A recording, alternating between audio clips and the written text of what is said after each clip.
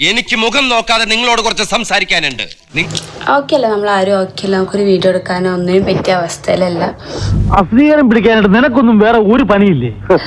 എന്തെങ്കിലും പറഞ്ഞ് പ്രതികരിച്ച് വരണമെന്ന് തോന്നും. അടി അടി പുറകെ ഞങ്ങളുണ്ട്. അടി സമ്മതിക്കണില്ല, എന്റെ ഭർത്താവ് സമ്മതിക്കണില്ല. ഇങ്ങനത്തെ തീട്ട കേസിൽ ഇടപെടായിരുന്നു പറഞ്ഞിട്ട് അവനെ ചീത്ത പറഞ്ഞുകൊണ്ടിരിക്കുകയാണ്. സമ്മതിക്കണില്ല, ഇങ്ങനത്തെ തീട്ട കേസിൽ ഇടപെടായിരുന്നു പറഞ്ഞിട്ട് അവനെ ചീത്ത പറഞ്ഞുകൊണ്ടിരിക്കുകയാണ്. മനസ്സിലാക്കി കളഞ്ഞല്ലോ. അപ്പൊ ഞാൻ വെച്ച് വേണ്ടാത്ത കേസിൽ ഇടപെടണ്ട. അയ്യോ അങ്ങനെ പറയരുത് പ്ലീസ്.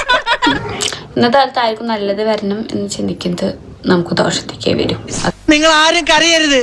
ഇങ്ങനെയുള്ള അപകടങ്ങൾ വരുന്നത് എനിക്ക് വലിയ ഇഷ്ടമാണ്. ഞാൻ ആരോടും വീട്ടിൽ കയറ്റണ്ടെന്നോ വീട്ടുകാരോട് പിണങ്ങാനോ ഞാൻ പറയാറില്ല. അതൊക്കെ ഓരോരുത്തരുടെ പേഴ്സണലായിട്ടുള്ള ഇഷ്ടങ്ങളാണ്. ഞാൻ അതിലൊന്നും ഇടപെടാറില്ല. ഞാൻ മറ്റുള്ളവരുടെ ജീവിതത്തിൽ കയറി അഭിപ്രായം പറയുന്നത് ഞാൻ നിർത്തി. ഇനിയും ദൈവം സഹായിച്ച് എനിക്ക് എന്റെ ലൈഫ് നോക്കി പോകണമെന്നാണ് എന്റെ ആഗ്രഹം.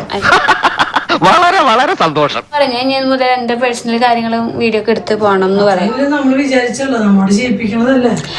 എന്നെ തറയാക്കലട മോനെ. നിന്റെയൊക്കെ അഭ്യാസം തമിഴ്നാട്ടിലല്ലടാ നടക്കൂ. ധൈര്യം ഉണ്ടെങ്കിൽ ഇന്ത്യയിലേക്ക് വാടാ. ഞാൻ നല്ലത് ചെയ്താലും നല്ലത് കിട്ടും എന്ന് വിശ്വസിക്കുന്ന ഒരാളാണ്. നല്ലത് ചെയ്താൽ നല്ലത് കിട്ടണേ. ഞാൻ മാക്സിമം എല്ലാവർക്കും നല്ലത് ചെയ്യാൻ വേണ്ടി മാത്രമാണ് ചിന്തിക്കാറ്. പറയുന്നതൊക്കെ പലയിടത്തും പറയട്ടെ. എന്നാ പിന്നെ വരാനുള്ളത് ഏതെങ്കിലും ഓട്ടോ പിടിച്ചു വരും മുമ്പ് ഞാൻ പോട്ടെ. ദൈവം കാക്കട്ടെ.